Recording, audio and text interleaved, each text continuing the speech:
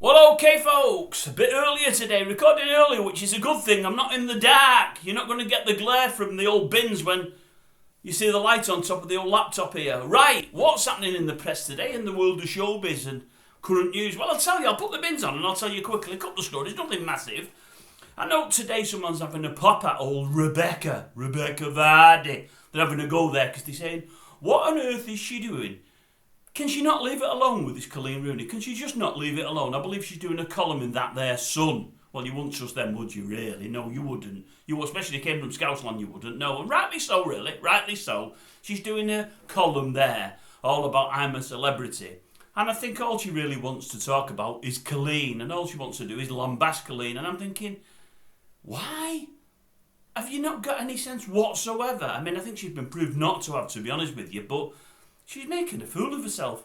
Everybody loves Colleen Rooney. I don't watch the show. I'm never going to watch the show. It's not the kind of tat I watch. It's crap. It really is crap. But everybody knows deep down she's a nice young girl.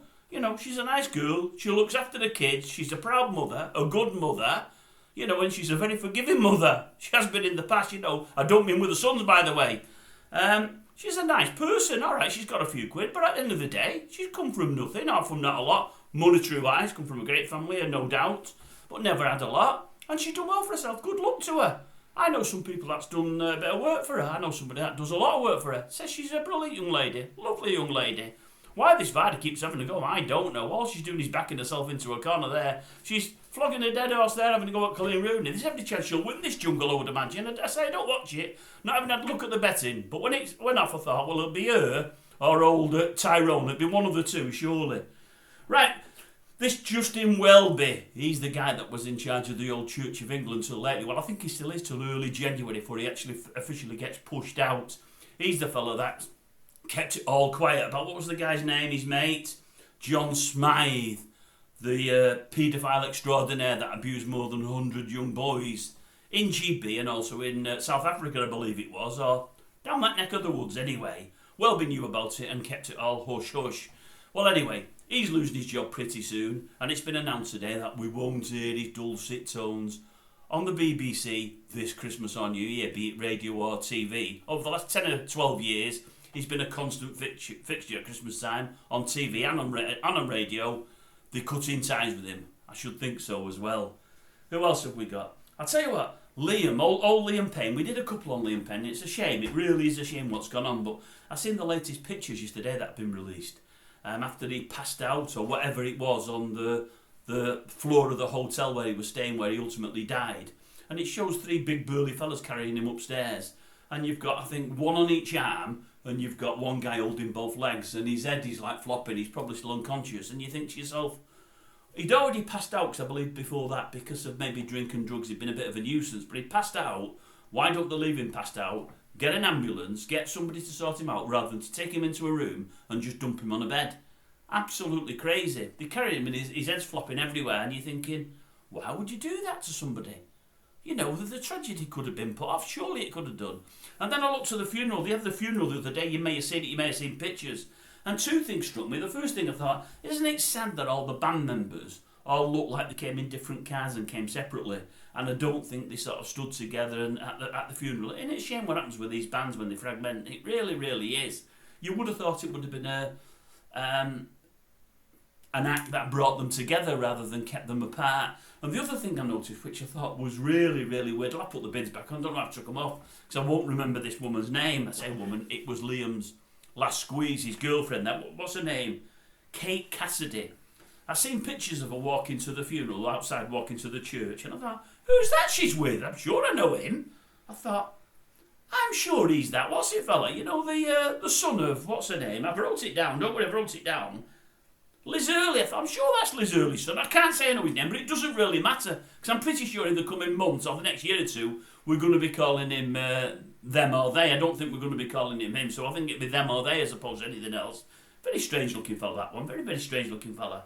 And I thought, what's all that about? What's it got to do with Liam Payne and the girlfriend? Anyway, that was a few days ago now. Read something yesterday, and it says, oh, he's become a rock. Liz Hurley's son has become a rock.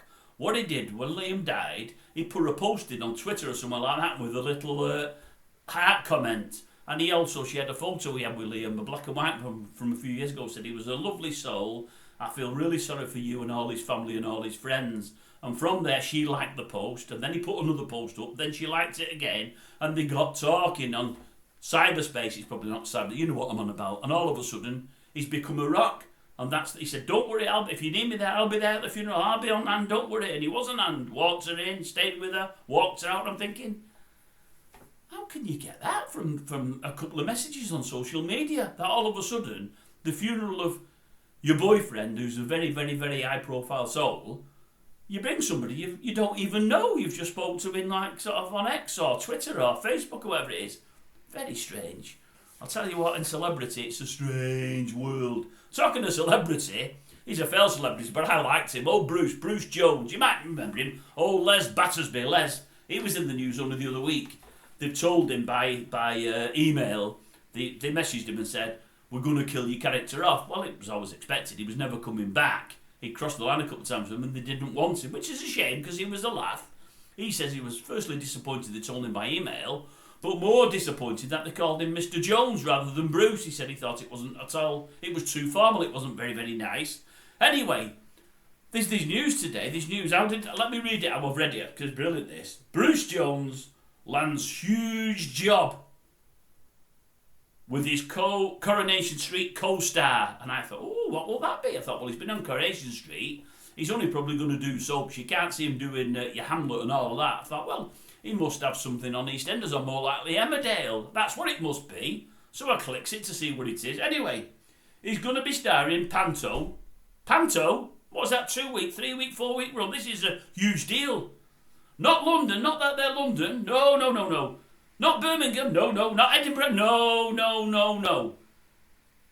Haywood Sports Hall or Sports Village. Haywood. For those that don't know Haywood, it's a little place near Bury. For those that don't know Bury, it's a slightly bigger place near Manchester. And I'm thinking, well, tell you what, Coronation Street to Haywood, he's doing well, isn't he? Anyway, he's doing it with our Ashley. Remember our Ashley? You know, Fred Elliott's protege. Yes, that's Steve Arnold. Well, he's from that there Warrington like me, he's from there. And they're saying, oh, Steve's in it, Steve Arnold's in it, they'll have a good reunion there. But it has been noted that recently Steve has been doing a bit of butchering in Yorkshire to make ends meet. And I'm thinking, oh, don't they say life imitates art? I thought, Fred must have taught him well. If he's doing it for the general public as a secondary job or maybe even as a main job, he has been taught well by Fred. You see, no flies on Fred Elliott. I say, no flies on Fred Elliott. I think that's it. Is there anything else? I don't think there is anything else. No, that's it. That's the world of showbiz, media, all the stories you need to know. Get them here first. Right, I'm going to leave that with you because I've got to go have a bit of jack bit for my Sunday dinner.